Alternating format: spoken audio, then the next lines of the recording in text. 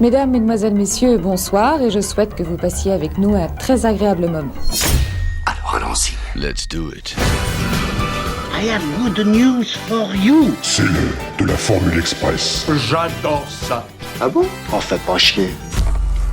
On essaye? Allez.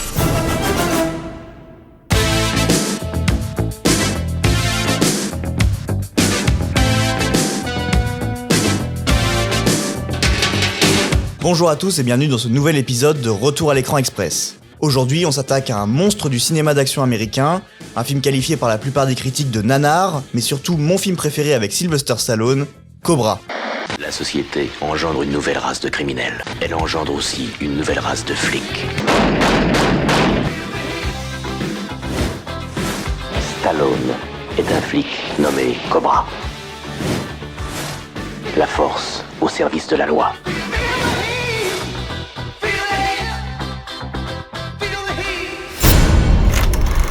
Cobra, c'est l'histoire de Marion Cobretti, un flic aux allures de voyou qui compte bien guérir la ville de toute criminalité. Ses méthodes violentes et brutales font trembler les petites frappes qui n'ont qu'à bien se tenir. Cette fois, l'agent Cobretti et l'équipe des zombies doivent faire face à l'étrangleur de la nuit, un tueur en série impitoyable. Mais pour Cobra, ce tueur en série ne peut pas agir seul, et serait même probablement aidé d'une secte entière de dégénérés qu'il compte bien guérir à sa façon. Hé, ordure. T'es un tireur à la con.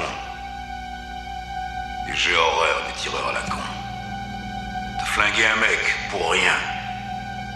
Maintenant, ça va être ton tour d'être flingué.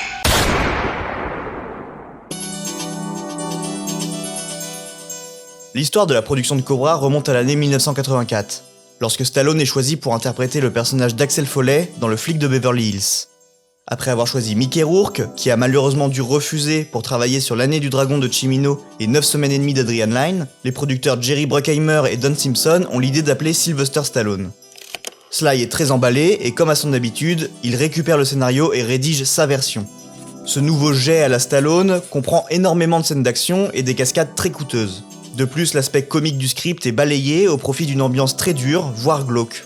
Le personnage d'Axel Foley est remplacé par un Italien du nom d'Axel Cobretti.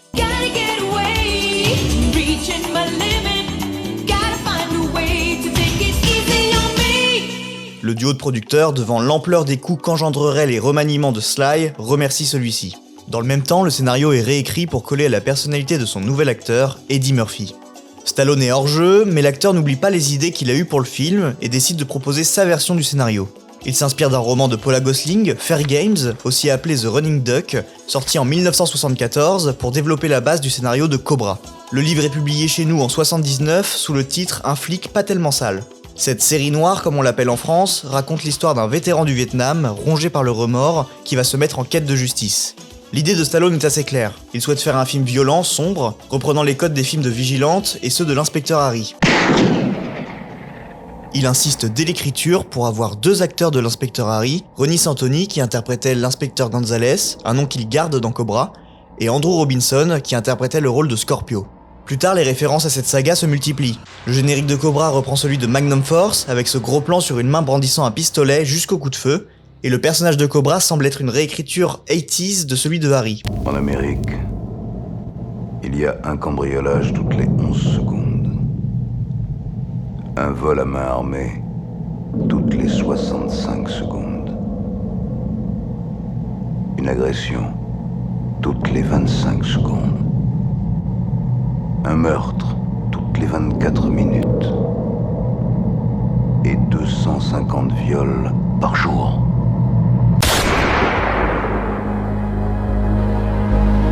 Stallone écrit alors rapidement les aventures de la Zombie Squad, inspiré d'un groupe d'intervention belge qui agissait la nuit et qui devait traiter avec des criminels, pour la plupart détraqués. Leur leader serait Marion Cobretti, le nouveau héros bodybuildé made in Stallone. Son nom lui vient de John Wayne, dont le nom de naissance est Marion Robert Morrison. Ironiquement, Stallone jouera avec le présumé neveu par alliance de John Wayne, qui n'est ni plus ni moins que Tommy Morrison, qui jouera Tommy Gunn dans Rocky V.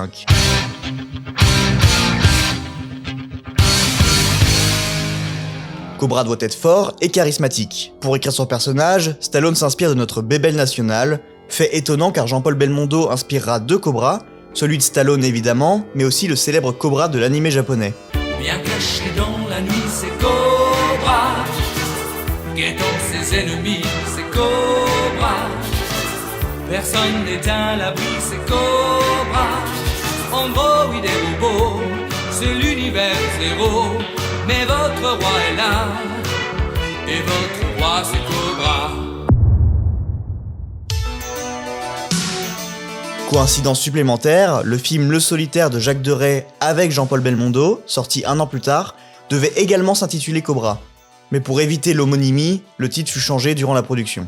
Mais revenons à Cobra. Le premier scénario de Sly comporte des différences importantes avec le film final. L'introduction dans le supermarché se déroule dans un cinéma, et beaucoup plus de personnes sont victimes du maniaque. On y apprend la mort de la compagne de Cobra, assassinée par des tueurs qu'il traquait. Une course-poursuite en bateau est initialement prévue. Stallone explique en interview son intérêt pour ce genre d'histoire. J'ai beaucoup d'empathie pour ces personnages de victimes. Les criminels semblent toujours s'en tirer. Ce sont des animaux qui réclament le retour de la loi de la jungle. J'ai essayé de garder l'histoire à taille humaine. J'ai réduit les dialogues pour me concentrer sur l'action. Car je pense vraiment que ces scènes d'action parlent plus que des monologues.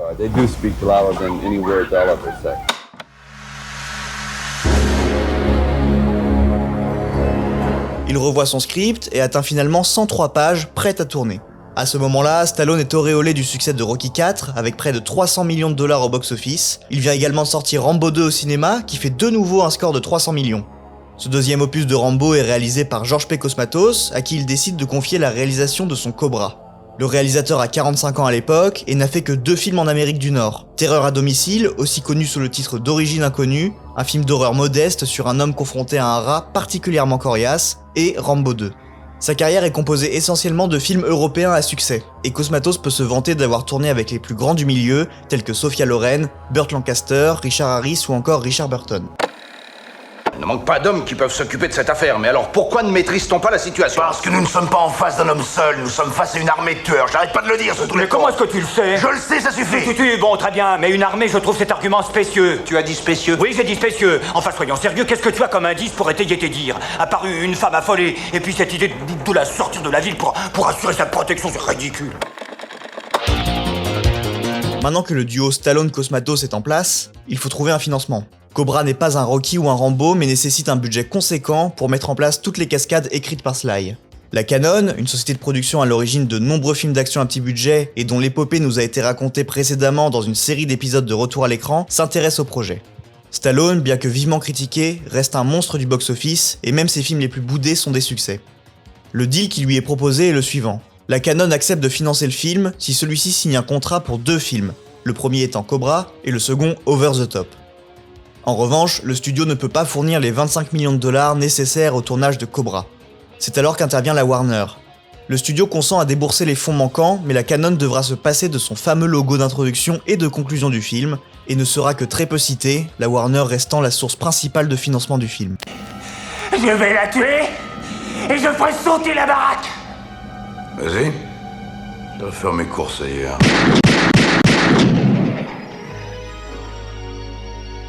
Les quelques millions manquants seront fournis par des marques exigeant certains placements de produits. Raison pour laquelle on retrouve dans Cobra beaucoup d'allusions à Pepsi et à Coors, une célèbre marque de bière. L'argent trouvé, le casting peut commencer. Stallone impose Brigitte Nielsen, sa compagne de l'époque, pour le rôle principal féminin.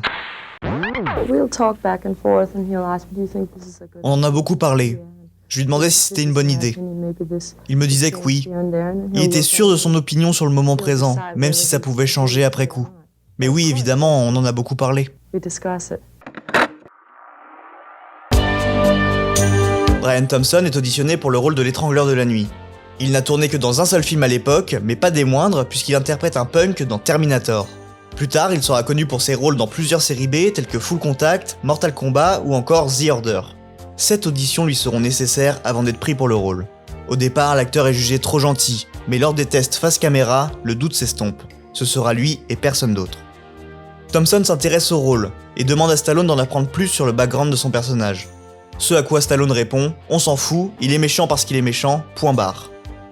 Lee Garlington, que l'on connaît à l'époque essentiellement pour son rôle dans Psychose 2, auditionne pour le rôle de la policière infiltrée. Son intérêt pour le rôle est faible, mais le cachet qui lui est promis la motive fortement. Marco Rodriguez auditionne pour le rôle de l'étrangleur, mais finit par être redirigé vers celui du tueur du supermarché, que l'on découvre en intro. Alors, calme-toi, amigo. Tu veux causer? On va causer. Une bonne conversation, j'apprécie. Je refuse de causer avec vous. Faites venir les caméras ici tout de suite. Allez, faites-les venir.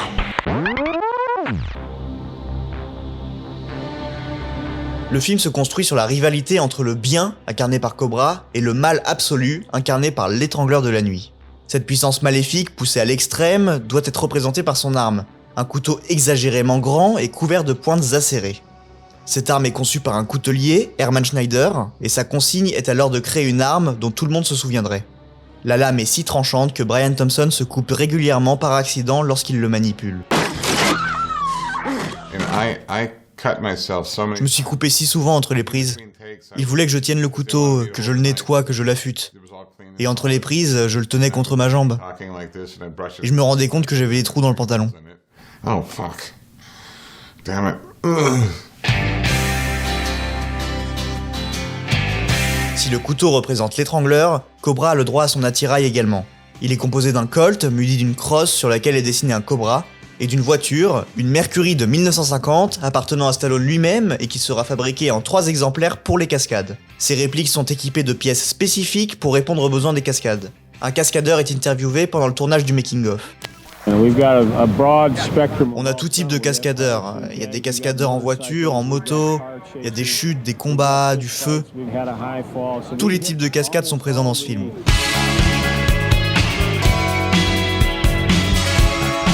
Pourtant, sur le plateau, Stallone est assez dur avec les cascadeurs. Selon lui, ils ne sont pas assez efficaces. L'un d'entre eux dira « Si Stallone ne passait pas son temps à plotter le cul de sa femme et à faire le beau devant ses gardes du corps, on gagnerait peut-être du temps. » Mais si Stallone est si dur avec l'équipe des cascades, c'est parce qu'il réalise quasiment le film seul.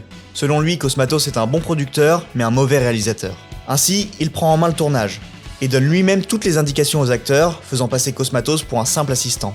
C'est Stallone qui a conçu la plupart des plans et qui a dirigé Brian Thompson, notamment dans la scène finale. Stallone lui demande de boire le plus d'eau possible pour postillonner un maximum lorsqu'il lâche ses fameux pigs, traduits par poulet en français. Même moi, j'ai des droits. N'est-ce pas, poulet?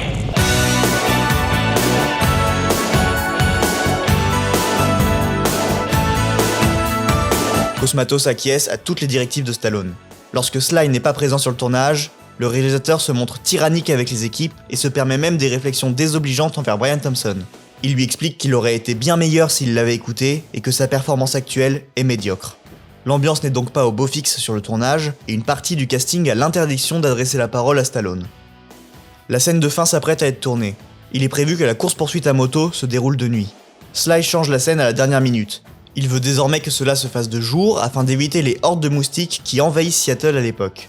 Le tournage se poursuit avec la scène de confrontation finale entre Cobra et l'étrangleur de la nuit dans la fonderie. Une scène clé du film que Cosmatos explique en interview à même le plateau. La fonderie fonctionne tous les jours. Il faut donc venir quand elle est à l'arrêt. Donc nous tournons des scènes de jour, mais de nuit. Donc on place beaucoup de lumière et de fumée dans le décor, et on crée des effets dans toute la fonderie. C'est difficile car on ne travaille pas seulement avec les acteurs qui doivent se battre, mais aussi avec l'environnement. On joue avec le feu, les étincelles, et il faut que tout s'enchaîne en même temps.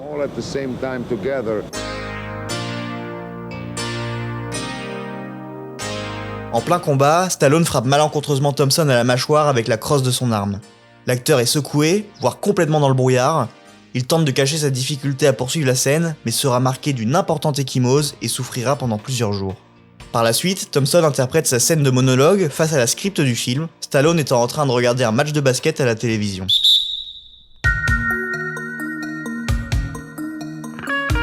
Ce n'est malheureusement pas le seul accident de ce tournage, car 2 cascadeurs sont blessés à la suite de la scène où la camionnette s'écrase contre un mur. Une cascade dans laquelle Brigitte Nielsen a failli être heurtée également.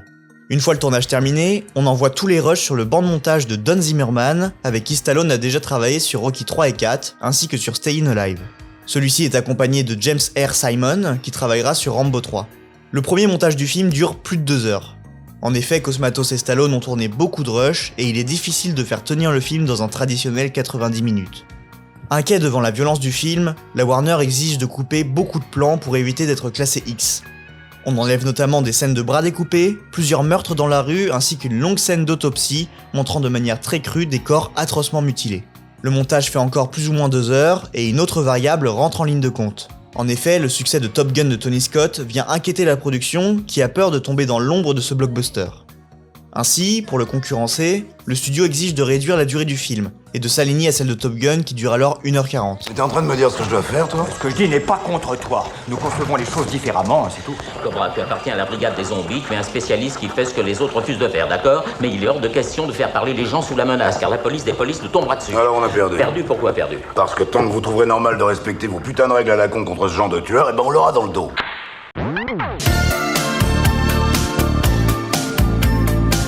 Zimmerman et Simon doivent couper drastiquement, éliminant énormément de séquences de développement de l'histoire au profit des scènes d'action plus coûteuses. Cela a pour effet de créer d'importants trous dans la narration et d'enlever des éléments de compréhension du scénario.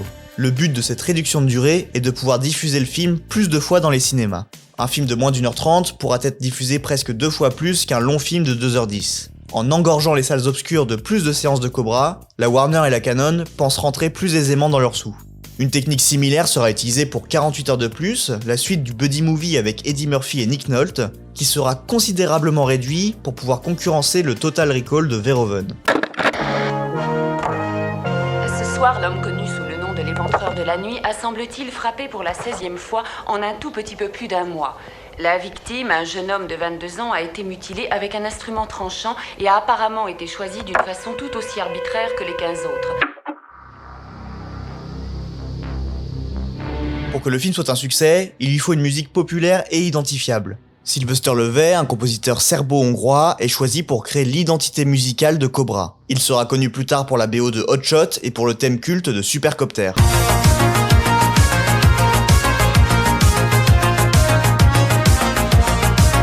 On retrouve 2 de ses compositions dans le film, une ambiance très sombre et une musique de poursuite intitulée The Chase.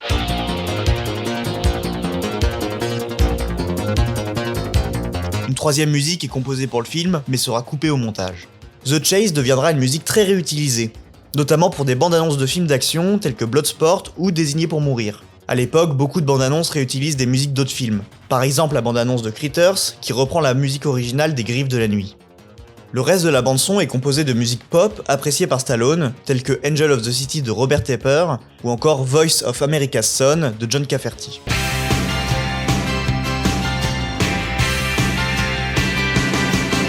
La musique The Touch de Stan Bush, présente dans le film Transformers de 1986, a été composée à l'origine pour Cobra.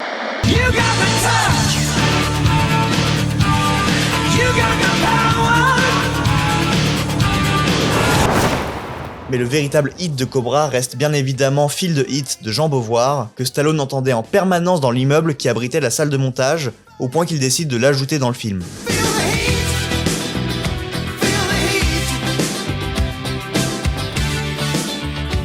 Le film sort le 23 mai 1986 aux États-Unis et le 22 octobre de la même année chez nous. Il est interdit aux moins de 17 ans et seulement aux moins de 13 ans en France. Il est considéré comme un échec comparé à Rambo 2 et Rocky 4, bien qu'il engrange 12 millions lors de sa première semaine d'exploitation, soit le meilleur score pour un film de la Warner et de la Canon à l'époque. Il fera 160 millions de dollars au box-office mondial, rentrant largement dans son budget de 25 millions. Sa première semaine est un record pour l'année 1986, seulement 2e derrière Star Trek 4. En France, le film fera 2 791 000 entrées. Un projet de suite est alors évoqué, mais sera très vite oublié. Les critiques sont mauvaises. Le film représente tous les excès de Stallone, son personnage est bas du front, tout comme son film, qui dès 1986 est qualifié de nanar sans fond. En France, Starfix critique les idées mises en avant dans Cobra, tandis que Mad Movies annonce la couleur en clamant « Ne cherchez pas une once d'intelligence dans Cobra, il n'en a pas ». Kawati, vous savez que vous avez un problème de comportement. Oui, mais un tout petit problème.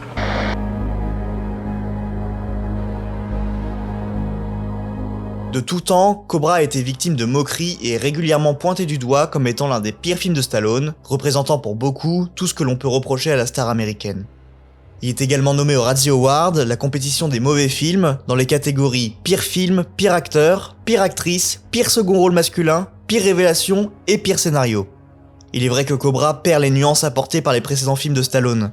Il confirme l'entrée dans une période très manichéenne pour l'acteur, avec des films plus bourrus comme Rambo 2 et Rocky 4. Mais une poignée de fans persiste à aimer le film, s'échangeant même des copies de montage contenant plus de 40 minutes d'images inédites, ainsi que tous les passages supprimés pour éviter le classement X. Le spectateur lambda n'a pas la chance de voir cette version, mais peut satisfaire quelque peu sa curiosité grâce à une version télé comprenant 5 minutes supplémentaires.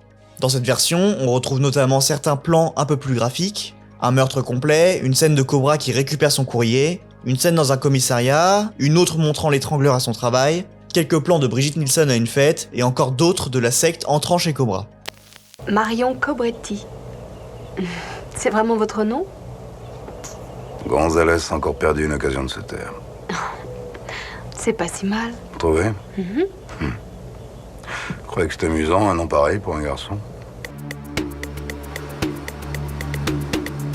En 1995, une nouvelle adaptation du roman Fair Games de Paula Gosling est mise en place avec William Baldwin et Cindy Crawford. Elle souffrira du même problème que Cobra, à savoir que la Warner voudra de nouveau supprimer du montage toutes les scènes qui peuvent choquer. De plus, la mauvaise réception du film lors des projections tests ont montré de grosses lacunes dans le montage. Aujourd'hui, Cobra est perdu dans une masse de nanars musculeux et ne représente qu'un mauvais film de Stallone tout au plus. Contrairement au Faucon de la Nuit, la première incursion de Stallone dans le polar, celui-ci ne renie pas Cobra.